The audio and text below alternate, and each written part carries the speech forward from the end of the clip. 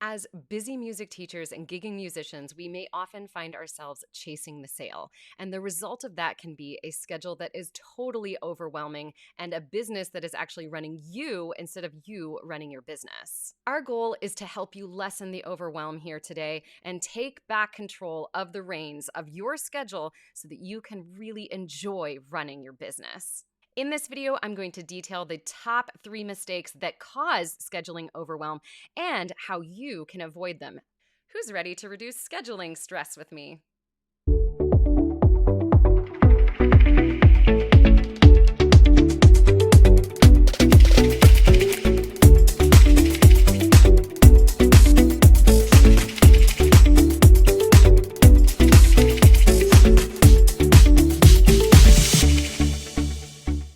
Hi, my name's Sarah Campbell, and I'm a business strategist, marketing, and mindset coach for music studio owners and online education experts just like you. And today's topic is 3 scheduling mistakes to avoid in your music studio. Let's get to those 3 mistakes. The first mistake is scheduling outside of your hours or days. So what does that exactly look like? Well, it might be getting a new client who, after you've told them, here are the days and times that I have available, or you've sent them that fancy Acuity link or Fonz link with those available times, they come back to you and they say, oh, I'm so sorry, I can't take any of those times, but I am available at 9 a.m. on Saturday.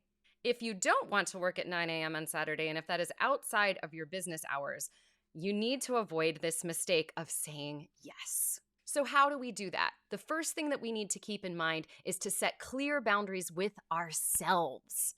You need to know when you want to work, and you need to stick to those hours and those days so that you don't find yourself in overwhelm or resentment. If you take a client that's outside of those hours, it means that you're working late at night or you're working on the weekends when you don't want to work on the weekends. And I have a little tip for you.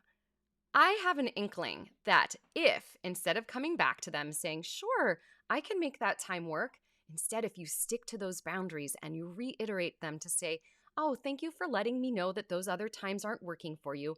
Unfortunately, the studio's not available at that time. Here are those times that are open again. Recheck your schedule and see if you can make one of these work. 9 times out of 10, that Tuesday spot at 5 o'clock suddenly works. All right, let's move on to mistake number 2. Mistake number 2 is not putting yourself and your family first. So what does that look like?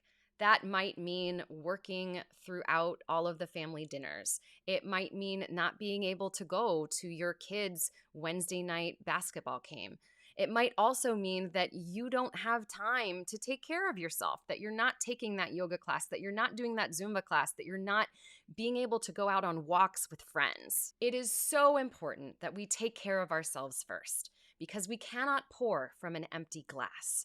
And so that is why when it comes to figuring out your work schedule, we need to put our own things and our family things on the schedule first.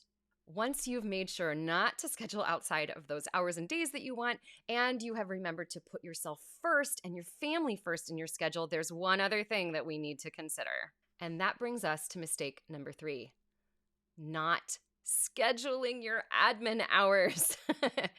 So this is something that so many of us fall into because we underestimate how much time it's going to take for us to send invoices, to respond to emails, to onboard new clients, all of these little moving parts, lesson planning, and you name it. It's something that we forget to put in our schedule, or we just underestimate how much time it's going to take.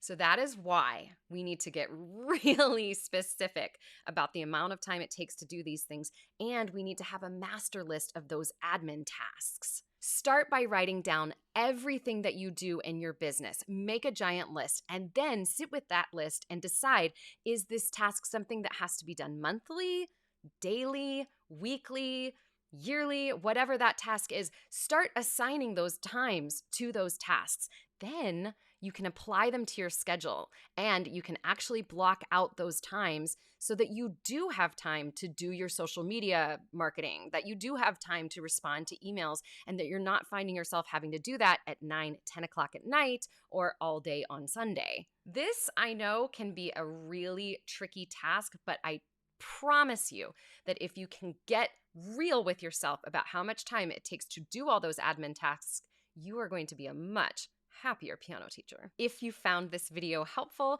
please be sure to subscribe and turn on all notifications so that you can get a hold of the newest videos as they drop. Until the next video, stay savvy and stay you, because there is no teacher quite like you in this world, and I think you are pretty dang awesome. Thanks for watching.